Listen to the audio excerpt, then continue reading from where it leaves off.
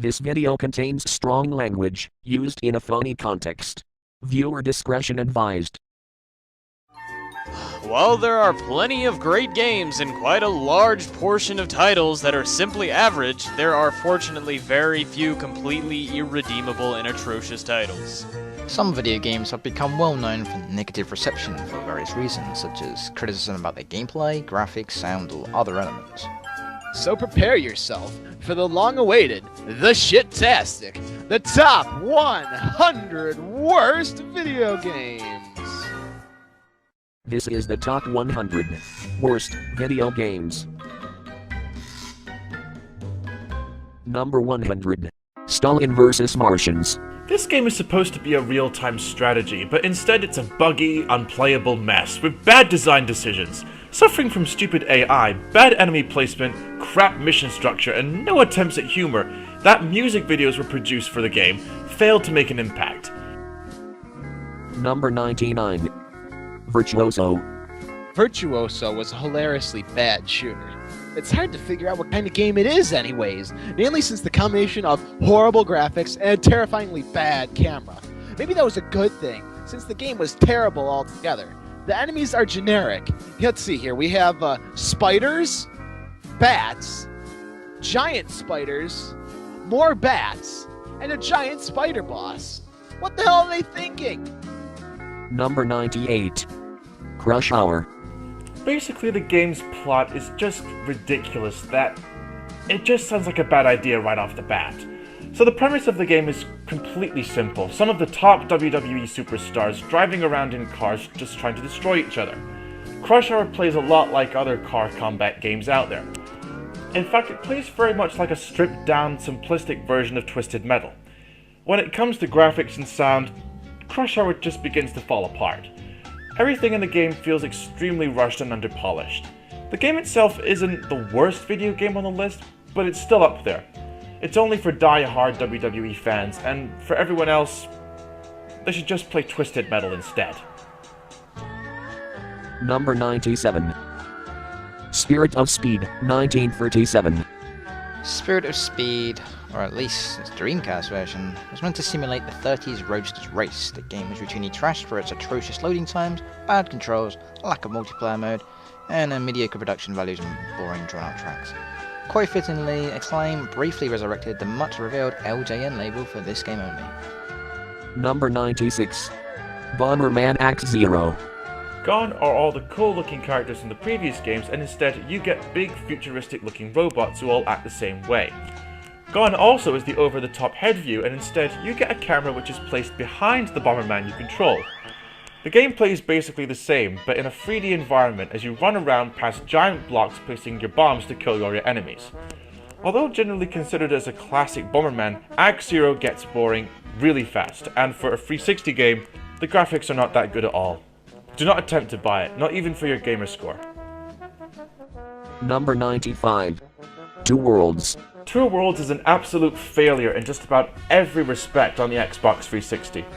Two Worlds offers up a fairly impressive and certainly huge graphical environment for the player to run rampant throughout. The desire to do so is swiftly fractured by frequent screen freezes, while the game engine struggles to process the next open expanse. With some horrible voice acting and facial and movement animation, many players wondered if this game was surely classed as a next-generation game. While some reviews across the internet do sum up some of the best features of the game, the huge ton of drawbacks place this game on this list for the sole reason: get Oblivion or Skyrim instead. Number 94. Leisure Suit Larry, box office bust. The original set of Leisure Suit Larry games were intelligent, tongue-in-cheek adventure titles. But with box office bust, the moronic generation had to have its own input. The game seems to have been written by someone that thinks swearing is funny just on its own merit and is completely missing the point of the original game's appeal. Rather than being an adventure game, Box Office Bust has you running around a movie studio taking part in the world's worst platform game. Without a doubt, one of the worst next-gen games available, with nearly no redeeming qualities or interesting ideas, with next to nothing enjoyable to offer players. With no circumstance should anyone ever purchase this game, ever. Number 93.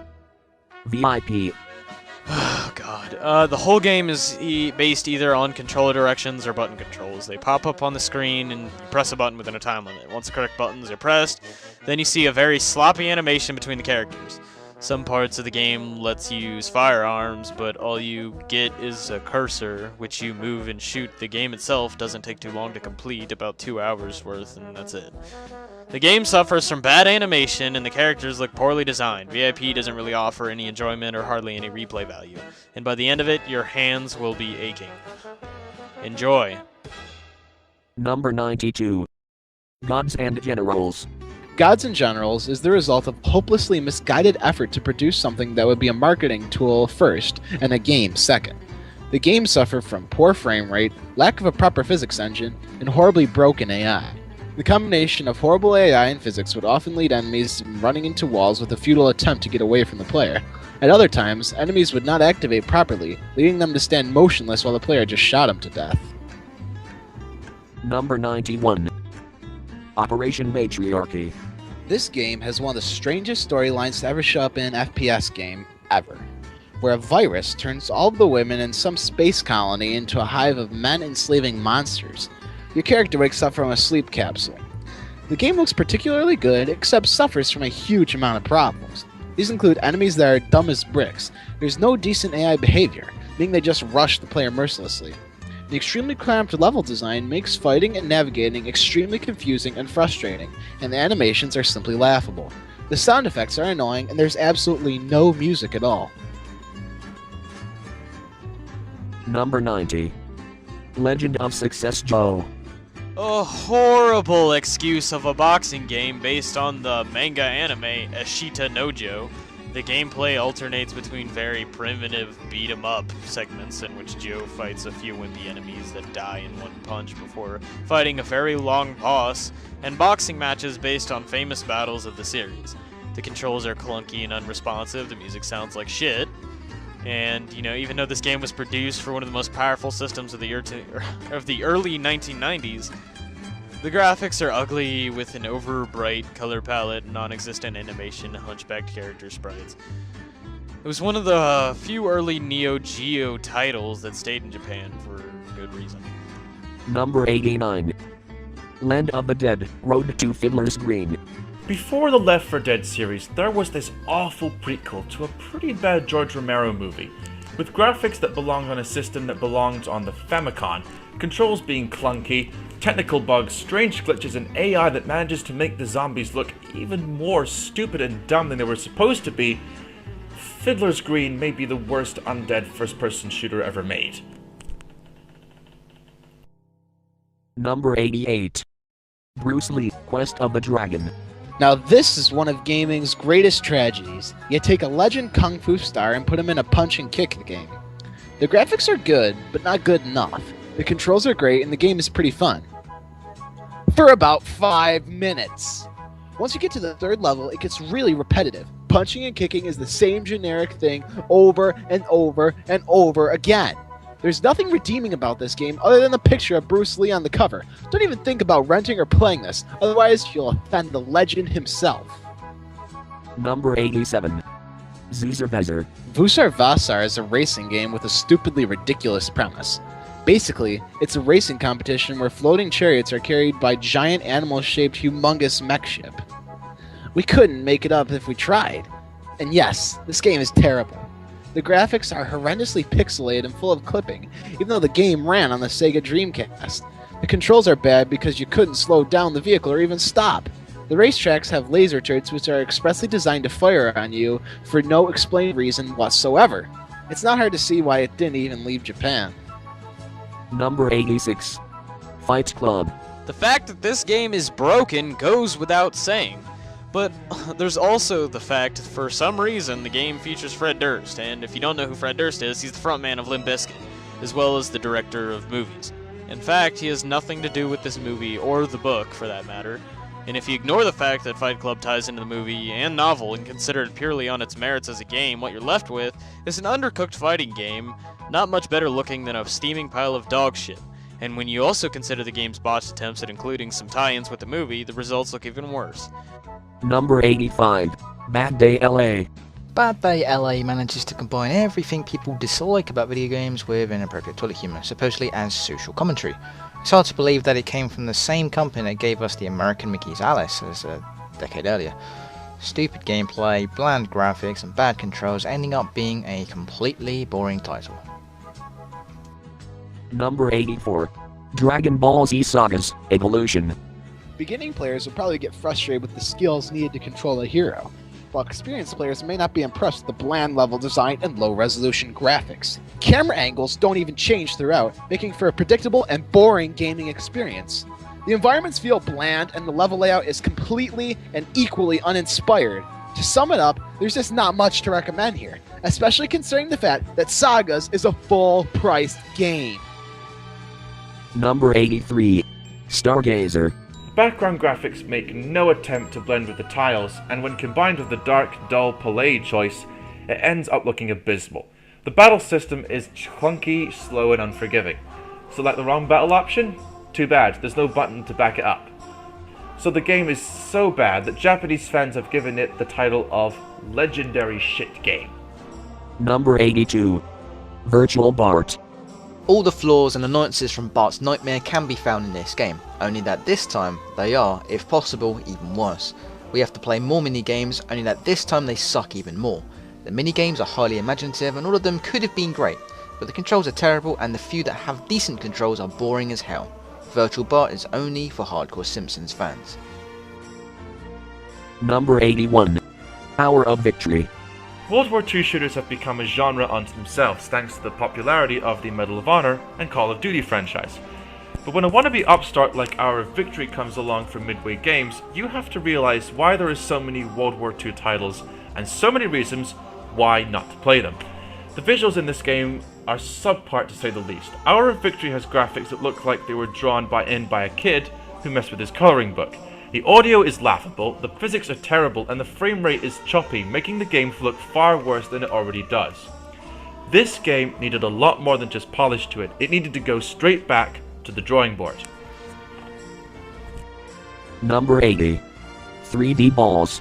The setting for the game is pure gibberish, random phrases and weird photos, but what destroys this game is the controls. It makes it unplayable that you have no idea how to control your fighter.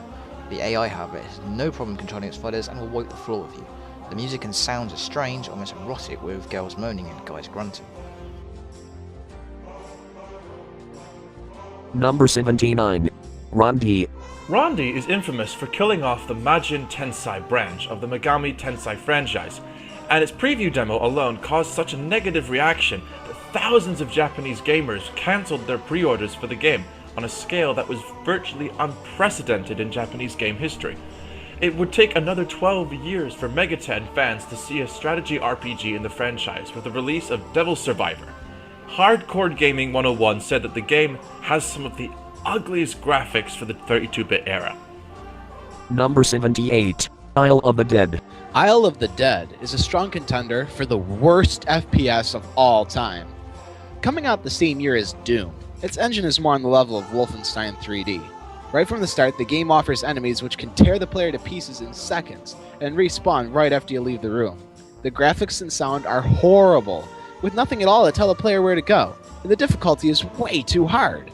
To top it all off, quitting the game is referred to as the coward's way out in the menu, and even more so, you're greeted with a graphic depiction of a shotgun suicide.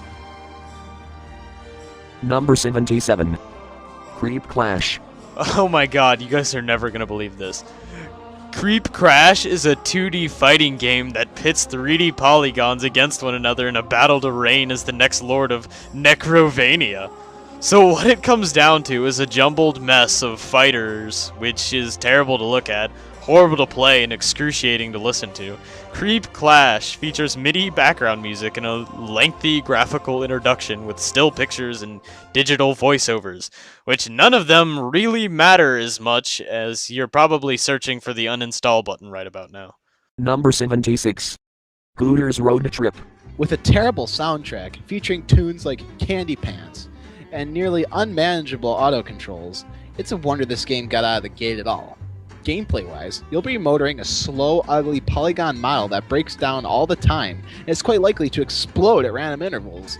Enjoyment is hard to come by in a game like this because of the frequent crashing. Road Trip is a horrid, wretched, abysmal excuse for a racer. Number 75. Winter Race 3D. Playing an old, somewhat obscure, low-budget game, you can't expect much, really.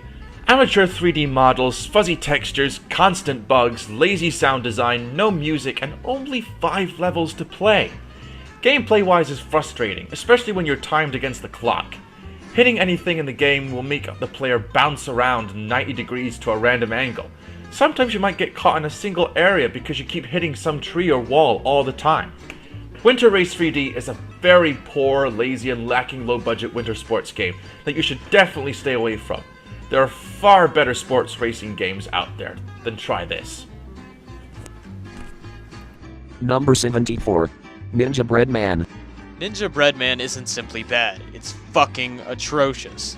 A platformer game that looked like it was made in less than a day, with incredibly bland textures, especially for the Wii. This is the kind of game you'll see real cheap in the bargain bins, fellas. It's still not worth your purchase, and there are a lot of better games that handle and look a lot better than this fucking mess. Number 73. Hydlide. Unfortunately, regardless of whether the game was any good on earlier systems, it was borderline unplayable on the NES, complete with hints on porting disaster. The graphics were bland and the music was an annoying loop. The battle mechanics were practically non-existent, often resulting to charging at enemies pressing A. There were no clues anywhere of what to do or where to go, and the in-game save feature was useless because the cartridge did not have a battery. Number 72. Hard Driven. Hard Driven was horrible in every department. The graphics looked like it was made of Lego, the screeching of the tiles was unbearable, and the gameplay was pure hell. Maybe the name of the game was appropriately named, as the vehicle you use handled more like a semi-truck than a car. In summary, Hard Driven was labelled as a terrible driving game and one that all should avoid at all costs. Number 71. Universal Combat. Universal Combat is a budget game. Yeah, so if that didn't turn you off right away, then listen to this. It had an intense amount of hype surrounding it for many reasons, and we honestly expected it to be a lot better than it was. The textures are bland and appear to be incredibly low resolution, especially on the planet and when viewing the planet from space. The sound is bland, and the Vox systems can be annoying as hell. Virtually every shooter made in the last decade looks and plays far better than Universal Combat. Glitchy problems such as bitmapped foliage and trees that you can walk through, and the game has absolutely no sense of physics whatsoever. So you could witness your squad walking up and down sheer cliff faces. How does that happen? Number 70. Total Recall. A massive disappointment then that for the game based on the film, everything had to go so wrong. Rather than simply taking the plot and trying to translate it, the game developers decided to create a rubbish platform game that bears no relation to either the film or the book it's based on. The only thing that the film and the game share are the name. Add to that the fact that it's impossible to play because of the unresponsive control system and the appalling graphics. It's one of the worst games ever. Number 69. Speed Rage. This forgetful attempt at a driving game will give you a serious headache in just under a minute. It's basically a shamble of bright colors, fast-paced gameplay with ridiculous animations, especially the car wheels. The game arrow doesn't help, and it's more of a hindrance than anything, because 98% of the time you don't know where the hell you're driving and what's around the next corner. A failure of a driving game in all categories. Man, I'm getting pissed off here, aren't I? Number 68. Rushing Punch. Rushing Punch is one of those hypnotically bad games. The ones where your mind is telling you that it's awful, but you cannot put the controller down, because you just want to get over with and beat it. Rushing Punch is a 3D final fight gone horribly, horribly wrong. You take your character and punch and kick your way through the same type of, free enemies over and over again, until you fight a boss. Everyone walks around in the comical manner, which gives the impression they're dancing to the surprisingly catchy music. The enemies all bunch up together and attack at once, which is annoying. There's no menu system, no game over screen, and when you beat it, the game simply ends. You drop back to the dashboard and that's it. Just ignore this game like it's the plague. Number 67. Send in Jimmy. Send in Jimmy. Oh god, I'm reminded of this. It's a first-person shooter that looks extremely like GoldenEye, and thus is bound to get some of the gamers to try it out. But unfortunately, the game's technical problems present more frustration than a decent gameplay experience. The game suffers from an unfair AI behavior with bad draw distance thick as fog. The game also suffers from excessive skipping with every 10 feet of the game, and has to pause and load up more terrain. And major slowdown occurs when there are far too many enemies on the screen. Yes, it's ugly and broken, but if you want to try it out for yourself, then by all means, be our guest. Number 66. Home Improvement. This game is loosely based on the once popular show Home Improvement. It's like if you made a bad version of Jurassic Park for the Genesis and put Tim Allen in it with a few Tool Time references. This is that game. For the most part, the game handles okay, but when you're put into the first level with dinosaurs, you end up questioning things. This game's supposed to be a family do-it-yourself show, right? Number 65. Beb's Kids. The general gameplay really just isn't any fun. You go through generic platforming levels and beat up things by using repetitive punching and kicking attacks that are hard to execute because the controls are so stiff. Most of the problems stem from the unforgiving time limit for each level, the awkward control, and the horrible collision detection, the looping and somewhat grating sound effects and music, and the fact that it takes tens if not dozens of hits for your basic attack to take down one single enemy. Number 64. Drake of the 99 Dragons. There is nothing about this game that works. The fighting, the graphics, the storyline. With how many early Xbox games that were terrible, it's amazing the system survived long enough to hit its groove. Drake is one game that most likely won't top anyone's list to make it Xbox 360 compatible. Number 63. Super Noah's Ark 3D. This pitiful title was surely the worst game ever released for the Super Nintendo. You play as Old Testament folk Noah with the task of rounding up all the animals wandering around the Ark. Ironically, this attempt to instill Christian values in young gamers was built using the Wolfenstein 3D engine, one of the most violent games of its time. It's safe to say that the only kids unfortunate enough to play it were those fundamentalist parents who forced them to. Number 62. A Bug's Life. What was a bad game on PlayStation is now an awful game on the Nintendo 64. With uninspired levels that seem to have no basis whatsoever to the movie, and extremely touchy controls, it's a wonder who this game was even targeted to. The game suffers from horrible draw distance, with unbearably bad fog which clips objects and dysfunctions shapes. This game is almost impossible for hardcore gamers because of its flaws and indestructible enemies. Kids will surely tire of it immediately. Number 61. Robocop. The game allows the player to play as RoboCop and uncover a sinister plot. As a last hope, RoboCop must capture, destroy, or arrest hostile characters in a desperate search for clues and evidence. RoboCop has a heavy amount of horrible problems that render the game practically unplayable at times, and when it comes to graphics, RoboCop just doesn't look good at all. Every environment in the game is drab, ugly, and extremely poorly textured. Every single aspect of RoboCop feels like it was thrown together at the last minute, and the end result is a game that, for all intents and purposes, is just no fun at all. Number 60. Irritating Stick. Oh my god. Okay. Irritating Stick is based on a Japanese game show. On the show, contestants take a giant electrical rod and maneuver it through metal maze within a time limit. Irritating Stick captures some of the essence of the TV show, but in the end, it just isn't any fun, and in fact, it's irritating to play, so just avoid it, seriously. Number 59. Platoon. The video game adaptation of the critically acclaimed Charlie Sheen movie did as video game adaptations are supposed to do. Suck. But this game sucked more than normal. The bullets that were fired travelled slowly, enemy soldiers were always able to appear out of nowhere, such as dropping from the sky, landing on top of you and killing you instantly. Setting the game in a jungle maze with repeating scenery robbed players of any sense of direction, and made the game a complete waste of time and money. Number 58. Mario's Early Years. Preschool Fun. Mario's Early Years. Preschool Fun is a one-class ticket straight to hell, which completely makes the Nintendo team feel uncomfortable every time this piece of shit is mentioned. The voices in the game always have a second-long pause in between every word, making it sound like a robotic kid talking to you like a complete dumbass. There also seems to be a frame rate issue, as the music constantly speeds up and slows down at random intervals, For no logical reason, the graphics completely destroy the sprites of Mario, Luigi, Peach, and Yoshi as they appear flatter, and Yoshi becomes horribly thin when he faces the screen. The content is boring, and even preschoolers will find nothing fun in this useless garbage. Number 57. Kabuki Warriors. This game almost killed Microsoft's video game dreams. Kabuki Warriors graphics are about half of a step above its gameplay. Opening and ending animated sequences are very poor, in-game animations are just as bad. The game had one major flaw though. If you can master the A button, you will go far in this game.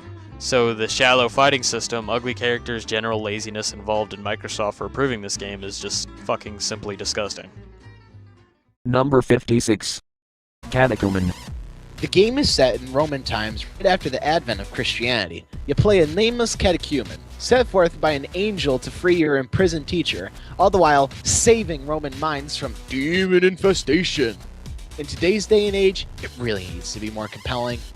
The game is visually enough to give you a headache at times. Objects in the distance have the wrong degree of sharpness. Rendered bitmaps are slightly blurry, and the animation is limited to just a few stick figure movements.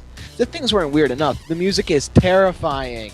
Most of the game manages to turn out some generic action game music. Other time you get creepy demon sounds, evil rumblings from left to right, and then for no reason at all, you'll walk into a room and be blasted by heavy metal! What the seriously? While the game is not entirely as broken as it sounds, it's still pretty shoddy, and best to check it out for yourself. Number 55. Elf Bowling. To begin with, you can already get this game as freeware on your PC. The DC version is even worse, as they remove some animations and options, which is unacceptable since games were so minimalist in the first place, but even then, everything is about as awful as it gets. The graphics are pathetic, the music is all but non-existent, and the sound is bad. Gameplay-wise, just above poor. Number 54. Bad Boys, Miami Takedown. This game was released to coincide with Bad Boys 2. It had two horrible representations of Martin Lawrence and Will Smith that somehow managed to be even worse by spouting horrible dialogue. The controls in this game are extremely broken, and when you shoot, you are actually expected to have terrible aiming. Number 53. FBI, Hostage Rescue. The game is the epitome of terrible programming and AI. Gameplay problems crop up everywhere you look. There's no way to tone down the high mouse sensitivity. Unlocked doors sometimes open on their own accord, and sometimes they don't. Players can get stuck in the scenery, meaning they need to restart the mission. Often the game will crash and revert back to the desktop. The game's presentation doesn't fare much better than the gameplay. Characters repeat the same lines over and over. The weapons sound generic. There's no reason at all to buy this game when you can play better games like Counter-Strike, SWAT 3, or Rainbow Six. Number 52. Star Wars, Masters of Terrascasi. I'm going to start off by saying I'm a huge Star Wars fan, and I've never even heard about this game, but from what I've looked at it, it looks absolutely horrible and disgraces the whole entire franchise. Basically, it features a bunch of beloved Star Wars characters and a whole lot of annoying second stringers beating the ever-loving crap out of each other in a stiff and badly designed manner. It also leads to some pretty confusing questions, like, why would a Jedi need to use hand-to-hand combat when they have a lightsaber that basically just leaps into their hand, and the ability to throw things around with their mind, and essentially no need to use their fist to beat somebody up whatsoever? Even the most rabid Star Wars fan would chuck the thing into a deep hole and forget about it. Number 51. Catfight. From the opening's options screen, the game is absolutely impossible to control.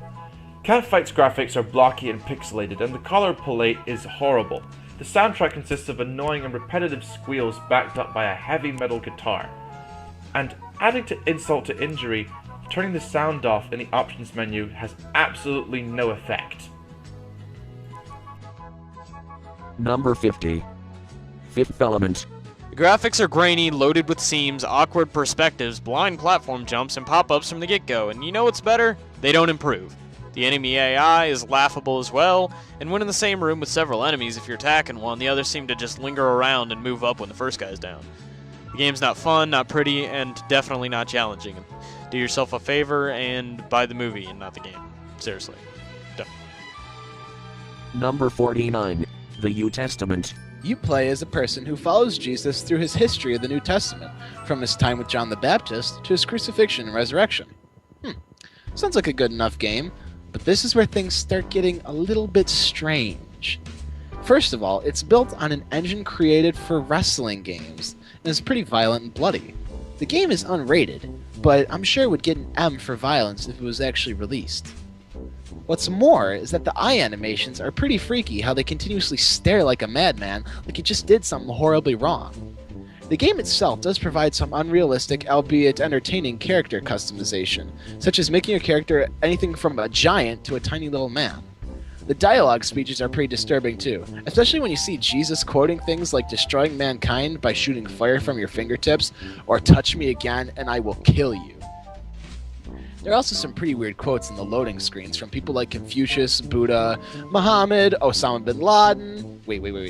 Osama bin Laden? What? Barack Obama, Bruce Lee, and even Kanye West. That made no sense in a biblical game whatsoever. It's like some sort of mashup of Christianity with all sorts of false religions. It sort of stops your gaming experience for a while and makes you really question some things. Number 48. Jumper, Griffin's Story.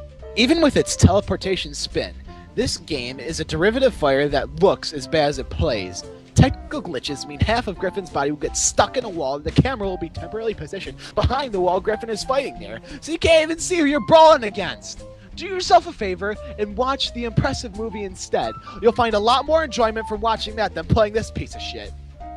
Number 47. Revelations 2012. Just when we thought the zombie survival horror games couldn't get any worse, we get this. Revelations 2012 is hands down the worst first-person shooter horror survival game ever. It just looks like a Left 4 Dead mod, and to say it's classed as a full game is disgusting. We have bad AI, worse than the ones in Left 4 Dead series, a stupid plot to the story which involves Mayans' end of the world theory, and laughable sound effects.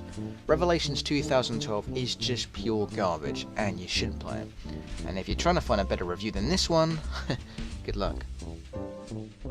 Number 46. Aquaman, Battle for Atlantis. This was named as the worst GameCube game ever, and I can see why.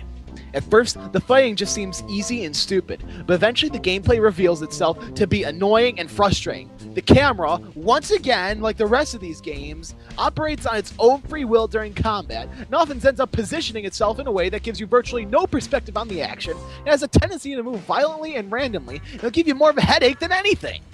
Most of the time, the game moves at a reasonable frame rate, though there's some truly bad choppiness during the submarine sequences. The sound is even worse and consists solely of an adventure-toned score and some bland punch and kick sounds. Number 45. Spice World.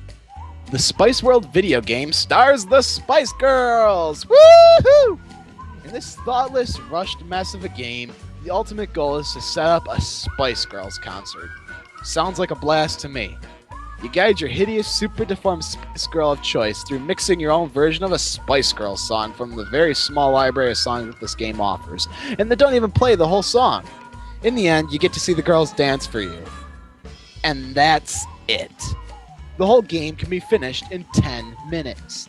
That is, of course, if you even can survive that 10 minutes without dying of boredom first. Number 44. Taxi Racer. It feels like you're trapped in a never-ending cycle, forever doomed to be driving down the same road again and again. There's no story to that at all. The game suffers from a huge amount of technical bugs. Sometimes you'll be driving along just fine, when suddenly the road beneath you vanishes and you fall into a never-ending void. Same goes with the buildings and other cars, who will one minute be there, the next they won't. Either flying, falling, or just suddenly vanish without a trace before your eyes.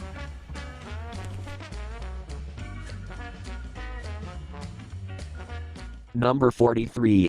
Hong Kong 97. A game made in Japan in 1995 for the Super Famicom by Happy Soft Limited. The game has gained a cult following in Japan and Taiwan for its notoriously poor quality. It has been ranked a Kusho game, literally meaning shitty game in Japanese. A game considered so bad that it's good. The game handles much like a bad version of Robotron, and if Chin is hit by anything, the game is automatically over, and a gruesome image of a corpse appears on the game over screen. Number 42. Trespasser. It looked like a great game when announced. It had good gameplay when it worked, and it had one of the most interesting features a game could have at the time. The new mechanics was the ability to control your character's arm and hands. Trouble was, it sucked. Apart from looking like an elephant's trunk with fingers, your arms and hands had a tendency to ignore what you told it to do. You felt as graceful and useful as a drunk searching for the front door keys, and with a considerable number of bugs, pathetic frame rates and difficult gameplay, it's no wonder why many gamers laid down and let the raptors munch them into lunch. Number 41. Descent to Undermountain. Okay, let's see. The graphics are horrible, there's a terrible frame rate, uninspiring story, weak audio, boring gameplay, and repetitive mini-quests filled with bugs are all what came with this PC game back so early in the 90s. The inclusion of talking to monsters by clicking on the text and speech dialogue also became boring too. One game you should definitely avoid. Number 40. Home Alone 2. It's a car crash of a game. It looks bad and plays worse, and it's one of those games that will probably leave you wondering why you didn't spend that part of your life, now forever lost, doing something more fun like shooting zombies or flying a jet. It's difficult to think of one single redeeming feature of this game that really sets it apart from other games. We'll simply say that Home Alone 2 is quite terrifyingly awful, and that if you've never played it, just do yourself a favor and don't even try it. Number 39. Captain Novolin. First off, this is a game about diabetes. Yes, diabetes. And from the looks of it, it was put together not to educate children about it, but to blatantly taunt their disease. Captain Novolin only has one ability, hopping. And since the control is so bad, he usually can't even do that right. Your main enemy is a bouncing donut or a walking snack. To be honest, the whole premise is ridiculous that there is really no reason at all to play this in the first place. Number 38. X-Men. The first thing that you'll notice is that the one-player mode forces you to take a CPU-controlled second player who just seems to have a completely random AI routine, usually keeps running up against a wall or into enemies, and takes your power-up and eventually dies in some trap. Some basic enemies emerge from the ground without warning and are right in front of you, which causes you to take a cheap, unavoidable hit of damage. Even worse, there are parts of the floor on many stages that cause damage to your character without looking like any kind of hazard. This game stands as a true test of how bad a comic-based game could be, and a shining example of the fact that companies know comic fans will buy a game no matter how sucky it looks. Number 37. Conquest of the Planet Earth. This horrible Xbox Live indie game cost 240 Microsoft points and is probably one of the worst first-person shooters of all time. The graphics are bland, the interface is terrible, and the level design is boring. The game seems to have some sort of light problem too, with the whole game turning black for no reason. There's no story to the game and the overall feel itself lacks polish. This game should be removed from the marketplace and is definitely one to avoid for every gamer. Number 36. Human Killing Machine. Human Killing Machine for the Atari is a ripoff of the first Street Fighter game made by Tiertex. The game lacks special moves, a two-player mode, and scrolling levels. There are god-awful ethnic stereotypes in the game and occasionally cruelty to animals. Starting off at the bad controls resulted in making the game more difficult to beat. Furthermore, the developers made it so all of a given character's frames of animation could be squashed into a single screen's worth of space, which had the unfortunate consequence of the final boss having only 6 frames of animation. Number 35. Xenophage, Alien Bloodsport. Xenophage Alien Bloodsport is a pretty bad one-on-one fighting game in the same style as Mortal Kombat, featuring some ridiculous characters to play as. First of all, the characters aren't hand-drawn or digitized, but graphically rendered. Also, the game uses a technique first seen in Samurai Showdown, where the view zooms in and out to give the players the best possible view of the action. Not the best idea. It's bound to give you a headache after a while. Number 34. Zelda, The Wand of Gamelon. Alright, so people have been telling me I've been yelling a little too much. So here's the plan. Once we've talked about how shit this game is, do us a favor and don't even remember this game. Ever. The gameplay is almost as deep and engaging as flipping options on a DVD menu. The game's cutscenes and graphics are horrendous. They look like they were drawn in Microsoft Paint! And the animations are just bad. The graphics in-game are alright, but gameplay-wise, it's boring and frustrating. Your character walks too slow, and every single ruby, yes, they're called ruby and not rupee, will slow you down. So in the end, it's more of a chore to collect things. Number 33. Dr. Jekyll and Mr. Hyde. Dr. Jekyll and Mr. Hyde for the NES is just like the characters it's named after, except for they're both evil. The gameplay mechanic in this 2D side-scroller is that Dr. Jekyll walks to the right, whereas Mr. Hyde walks to the left. With minimal dangers for Dr. Jekyll that are rare inconvenience at most, and dying as the aggressive Mr. Hyde for absolutely no reason, this is something more than walking down your local street with an insane headache. Number 32. Universal Studios Theme Park Adventure. If your parents can't afford to take you to Universal Studios in Florida, you're going to play this game, and you're going to like it. Nope, you're not going to go on the rides. Oh no. You're going to be performing menial labor by picking up trash, throwing barrels at sharks, and doing what Woody Woodpecker tells you to do for stamps. An absolute disgrace of a game. Horrible.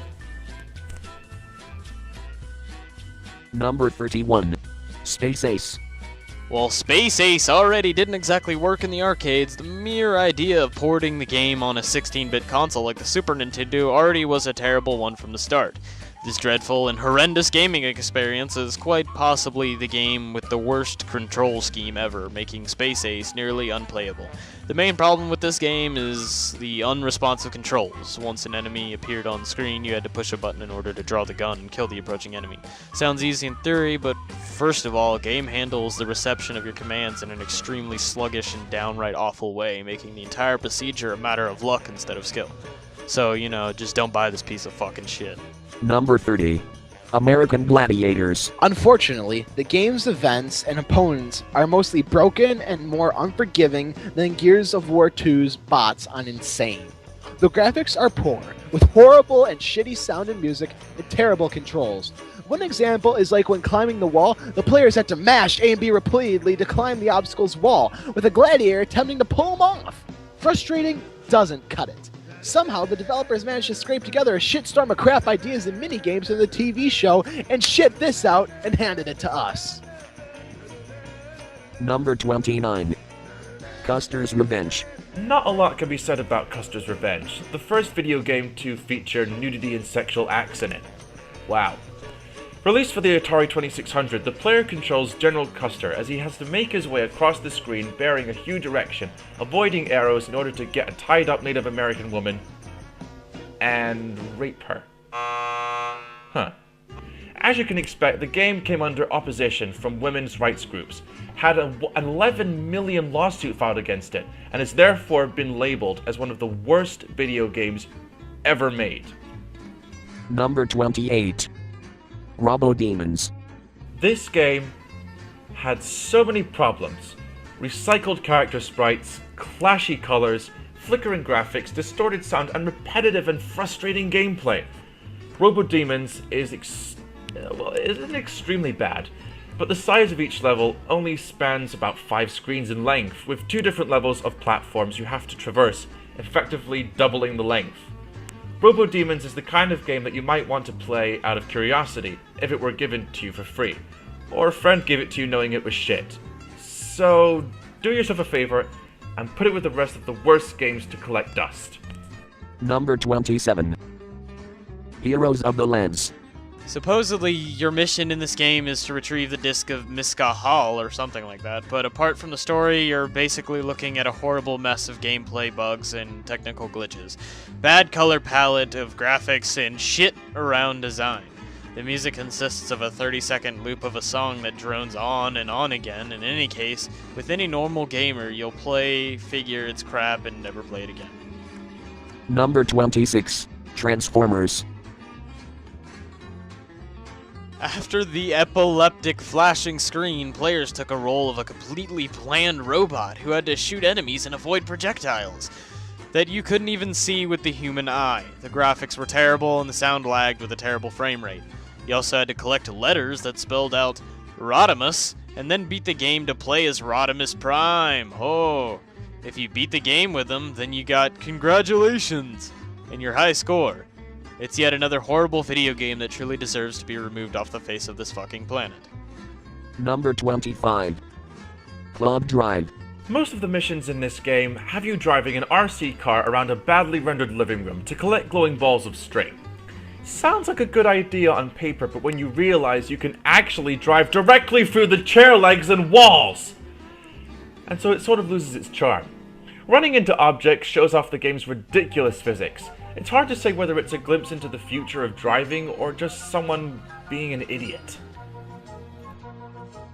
Number 24. Extreme Bull Rider.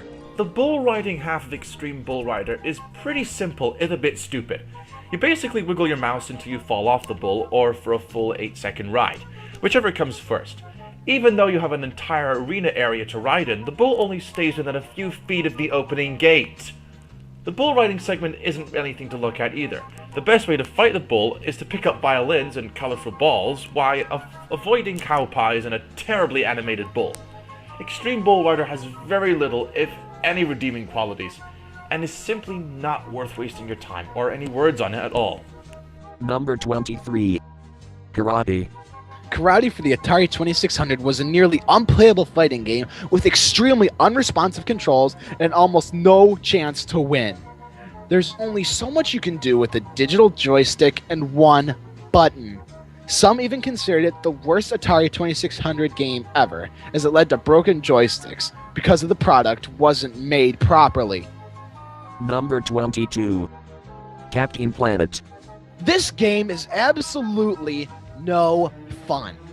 Video games are supposed to be fun and in a good way to pass the time, but this game is so stupid and annoying that's not even worth the time to play it. The controls suck, and without an instruction manual, you got no idea what the hell you're doing. Some of the abilities seem to have absolutely no use either, and are just there because they were in the show and the sound in the game is downright horrible. All we're treated to is the standard beeps and boops and the occasional hum. Captain Planet is just what you'd expect from a game based on a children's cartoon about pollution. It does nothing more than pollute our planet with horrible video games that shouldn't even exist. Number 21. Barbie. Barbie, are you fucking kidding me? Dude, no. Tats, you can read this.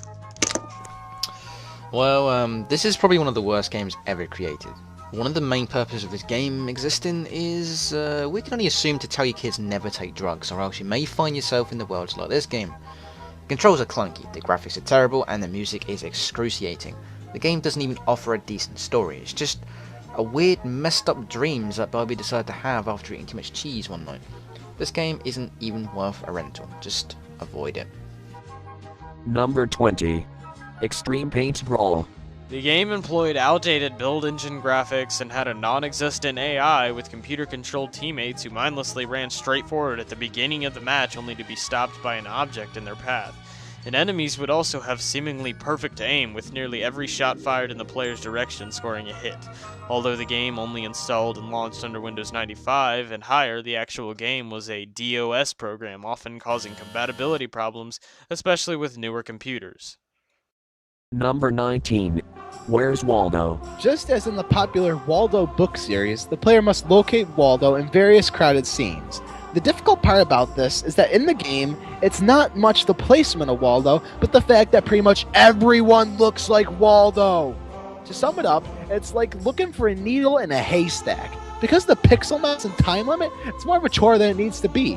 One level has you trying to find Waldo in a cave, which is a black screen which highlights where Waldo is briefly, meaning that you basically just gotta guess where Waldo might be? Where's Waldo, you may ask? The answer? No one really gives a shit. Number 18. Pac-Man. No, we're not talking of the original arcade version here. No, this is the worst version for the Atari. It's still the same gameplay as the original, but it just doesn't work. The producer was given a limited time frame by Atari to complete the project, and the game just doesn't play well at all. The gameplay and audio-visual are completely different from the arcade version, and gamers return the game in large quantities, not surprising. Number 17. Night Trap. The notorious subject of congressional hearings was pulled from certain store shelves after senators whipped into a frenzy by a scene featuring a girl in a nightgown being attacked. Despite the lack of graphic violence and nudity, the game about girls at a sleepover being attacked by vampires will probably never see a sequel. And for good reason. The gameplay sucked. The idea sounded stupid as fuck. If you've just gotta see how bad the acting, writing, and traps are, then just see some of these clips. You monster. Let's have the boys change the code to be safe to yellow. Don't worry, Mom. It's all in the fingers.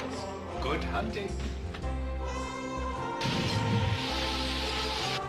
I'm pulling the plug on you before you do any more damage. Breaking contact. Number 16. Shaq Fu.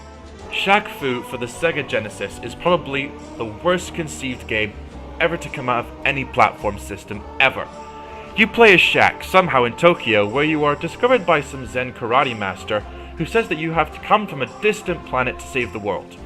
After you endure the blatantly uninspired storyline, you have to endure the worst two-player fighting game of all time. The controlling in this game is incomprehensible. The best thing you can do is just hammer the buttons of your controller with your hands and watch the screen. With a name like Shaq Fu, you had to know this game was going to be bad, but you were not sure for how bad it was going to be until you actually played it yourself. Number 15. Superman 64.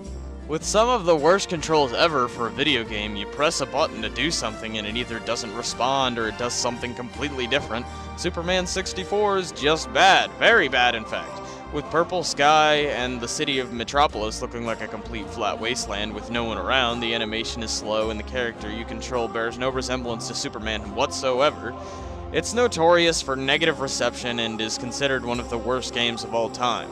This game was largely criticized for being repetitive, difficult, and confusing. This game was one of the most atrocious creations in gaming history. Seriously, avoid this piece of shit. Number 14. Color A Dinosaur. Color Dinosaur is an example of a game unlikely to have much appeal for anyone above the ages of 3 to 6 years old. All it has is 16 static pictures of dinosaurs, which can be colored with up to 3 colors. Holy shit! There's not even a save feature. This game is a waste of time and money. Number 13. Conan. This game doesn't share anything in common with other Conan titles. In this game, all Conan does is jump around and kill the same 2 or 3 bad guys over and over again. The point of this game seems to be escaping whatever level you're placed in. This game can be summed up in 2 words. Utterly soulless. The graphics are pathetic, the sound is dull, and the gameplay is completely repetitive. Just avoid it. Really, please, just avoid it. Number 12. Back to the Future. Plot of the game doesn't really follow the movie that well, and in fact, calling this game Back to the Future is an insult to the movie itself. From the looks of it, LJN made a random-ass game and slapped Back to the Future on it. The graphics are terribly bad, as the main character Marty doesn't even have the slightest resemblance to him at all. Most of the time, it's extremely difficult to see where you're supposed to go, and in the end, you treat everything you see as a hazard. And for some reason, the developers didn't make anything that you do in the game follow the movie. In the first level, the screen scrolls on its own and you have to collect clocks so that your family doesn't disappear. The annoying part is the timer. It goes super fast and barely gives you enough time to beat it. And once you beat it, you get a frustratingly difficult root beer tapper style minigame that gets even more difficult when you play. Failure to beat the level results in a trip back to the previous level. Whoop-de-fucking-do. Number 11. Dragster. Dragster is a blocky, garish, and can be beaten in mere seconds. Dragster is one of those shortest games ever created by Activision and isn't worth the asking price. Your goal in Dragster is to get your car across the finish line before your opponent. Using the joystick, you must rev, clutch, and shift your way to victory, but if you rev too much, your engine will blow up, and you'll be out of the race. Number 10. E.T. No matter how you rate it, E.T. was a misforgotten product that deserved to be buried. The point of the game is to find pieces of your ship in order to get home, but the pieces are found in what only can be described as pits that E.T. falls into periodically. It's been rumoured that there are 5 levels of almost identical gameplay. This game single-handedly destroyed Atari and its legacy. They produced so many cartridges of this game that they were never sold, and they actually had to buy land in New Mexico and create an ET landfill in the desert. The game is commonly recited as one of the main causes of the video game crash of 1983. Number 9. Cheetah Man 2. This game is programmed into cartridges while still unfinished and contains the same clunky movements and sounds from Action 52. The inability to crouch or shoot while jumping, and a game-breaking glitch which makes level 4 unbeatable and makes it to the list for the sole reason. Oh, and if you use a Game Genie or hacked ROM to skip the last 2 levels, there's no ending programmed. Number 8. Bubsy 3D. A game infamously known for being the worst 3D platformer of 1996. A game that was so bad, it just slaughtered the entire Bubsy franchise. Almost everything in Bubsy 3D is rendered in flat, shaded polygons, with a few uninspired textures peppered in between. The controls feel both stiff and slippery all at the same time. Walking is cumbersome, and the slippery and slow turning doesn't help matters. You move like a frickin' tank. There's no reason Bubsy 3D should have been this bad. Even for a game developed in 1996, it comes off looking like a computer science student's midterm project that sucks. Hopelessly bland and utterly pointless, Bubsy 3D is, in a word, a mess. Number 7. Action 52. An unlicensed game with 52 games in one cartridge, created by Active Enterprises for the NES, and later the Sega Genesis. Action 52 is one of the worst games ever made. Poorly programmed, all 52 games are loaded with bugs and glitches, and as a result are impossible to beat. Some games won't even load, and the graphics, sounds, and music suck. Almost all of the quality of the titles in this cartridge are poor. Virtually almost all of them play like a first-year programming student's first project, with poorly drawn graphics, terrible sounds that never deserve to be called music, horrendous play control, and some of the worst bugs ever burnt onto a ROM chip.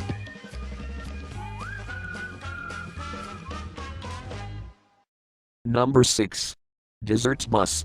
The objective of the game is to drive a bus from Tucson, Arizona to Las Vegas in real time, at a maximum speed of 45 miles per hour, along a road which is perfectly straight, a feat which requires 8 hours of continuous play to complete.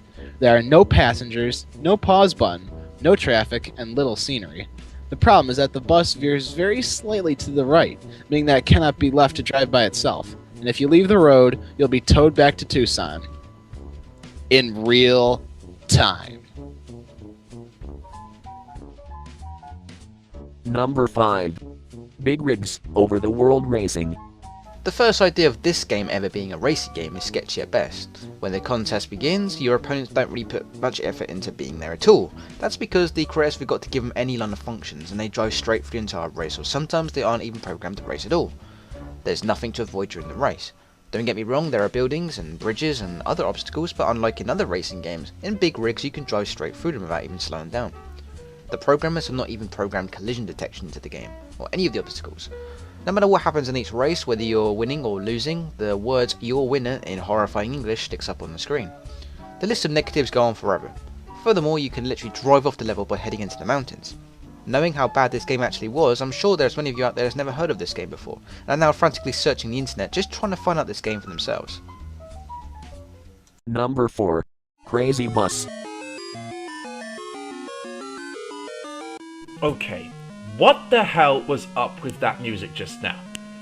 Well, yep, that was the game's title music. Also, the game itself is a simulator, and truly one of the worst simulators out there. You drive a bus to the right and honk your horn. That's it. No kidding. The graphics look like they were drawn in a Microsoft Paint or something. I still use that. And the photos of some of the buses are heavily pixelated. It seems the music only exists at the title screen and nowhere else. However, rumors are flying around that a sequel was released called Crazy Bus 2, which is even worse. Number 3. The Town with No Name. The Town with No Name is a video game on the Commodore Amiga made by Delta 4 Interact. You know what? Fuck this. No. Fuck it. Fuck it. Fuck it.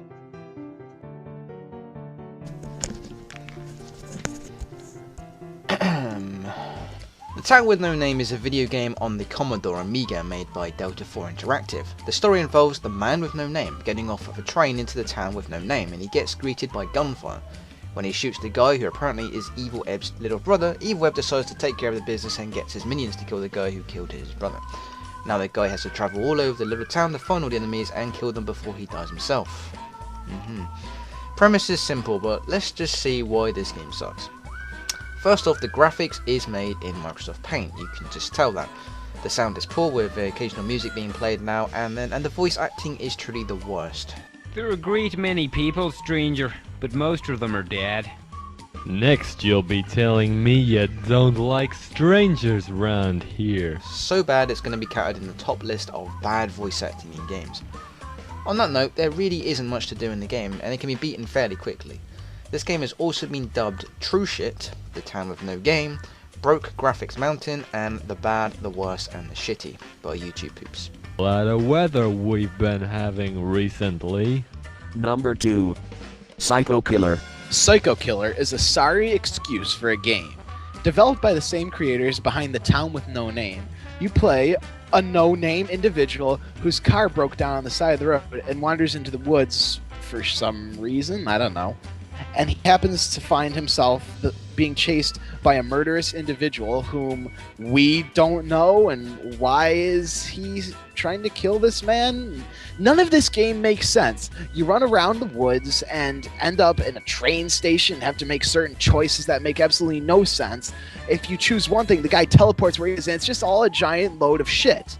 In the end, this game is stupid, pathetic, moronic, and you'd have more entertainment probably loading up a shitty Flash game on Newgrounds than playing this, because someone could easily make something better than this in about 5 minutes in Adobe Flash. Number 1.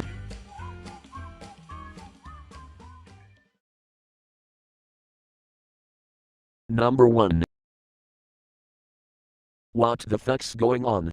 Narration please. Oh my god. Not that game.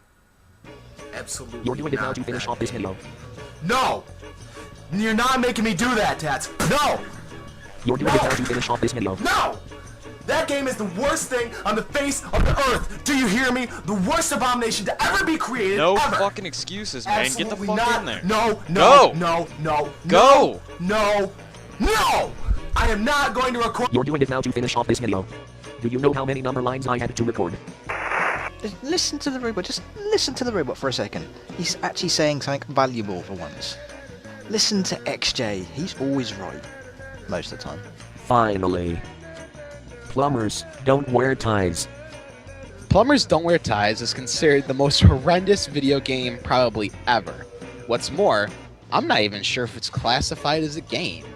You virtually choose options and that's about it. The story progresses through that. Plumbers Don't Wear Ties is a horrible series of silly still pictures of a sexy girl, Jane, we have to follow around in San Francisco. What's more is that the 3DO is capable of moving videos, so why are we only shown a slideshow of really bad images? Halfway through the game, things turn worse as we are presented to some stupid rejects and some horrible digital effects that it's so laughable and unfortunately unavoidable. Take your damn clothes off!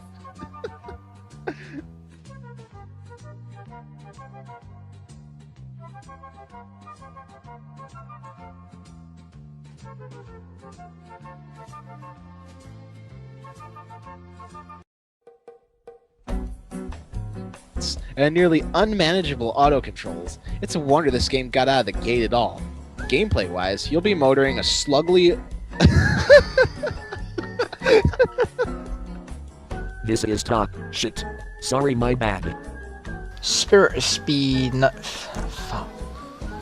Spirit of Speed, or at least its Dreamcast version, with shit. Here, especially considering Sega's. Oh shit. Sagas is a full price game. I said Sega's. The original set of Leisure Suit Larry games were intelligent, tongue-in-cheek adventure titles, but box office bust, the moronic